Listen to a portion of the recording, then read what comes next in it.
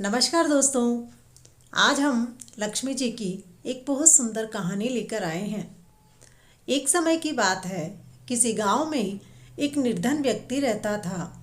उसके एक बेटी थी। वह हर रोज पीपल को सींचने के लिए जाती थी। जब वह पीपल को सींचती, तब पीपल के वृक्ष में से लक्ष्मी जी प्रकट होती और चली जाती थी। एक दिन लक्ष्मी जी ने निर्धन की बेटी से कहा, क्या तुम मेरी सहेली बन सकती हो? तब लड़की ने कहा कि मैं अपने पिता से पूछ कर आऊँगी। निर्धन की बेटी ने घर जाकर अपने पिता को सारी बात बताई।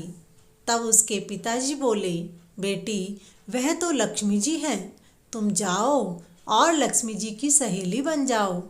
दूसरे दिन निर्धन की बेटी जब पीपल सींचने गई, तब लक्ष्मी जी पीपल के पेड़ से निकलकर आई और कहा, तुम मेरी सहेली बन जाओ। लड़की लक्ष्मी जी की सहेली बन गई। लक्ष्मी जी ने उसे खाने का न्योता दिया।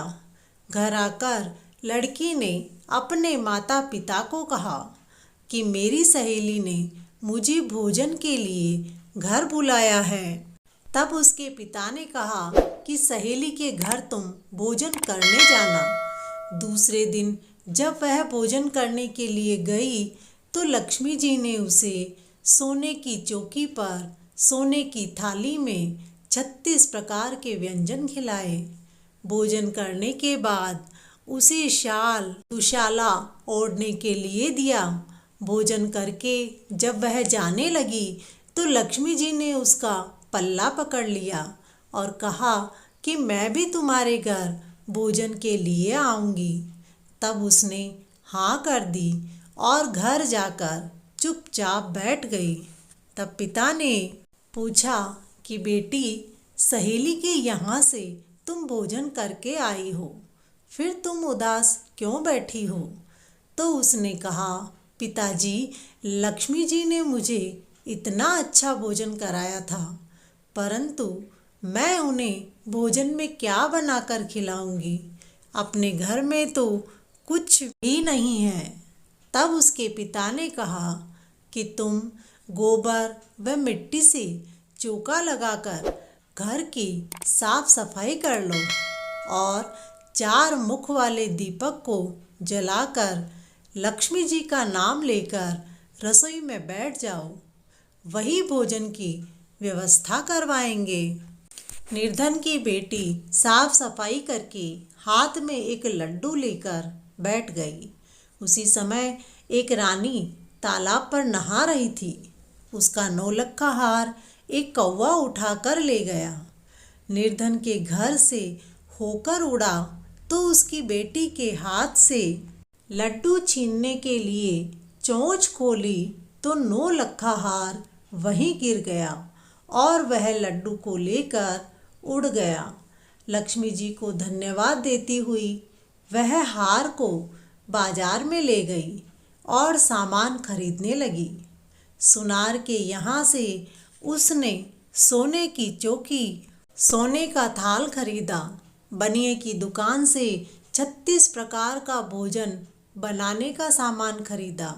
सारी चीज़ें लेकर बहुत तैयारी की और रसोई बनाई।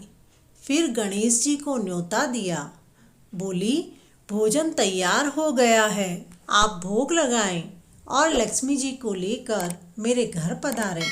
आगे आगे गणेश जी और पीछे पीछे लक्ष्मी जी आई।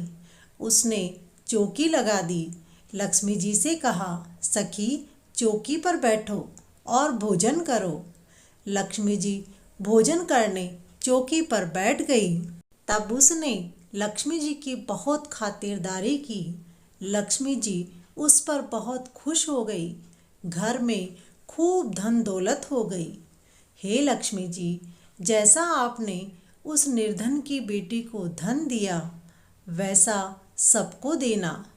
कहानी कहने वाले, सुनने वाले और हुकारा देने वाले सभी का कष्ट दूर करना, सबकी दरिद्रता को दूर करना, सभी की मनोकामना पूर्ण करना। बोलो लक्ष्मी मैया की जय। दोस्तों, कहानी पसंद आई हो तो वीडियो को लाइक करें, अपने दोस्तों के साथ शेयर करें। चैनल पर नए हैं तो चैनल को सब्सक्राइब करें। हमारे साथ कहानी सुनने के लिए धन्यवाद।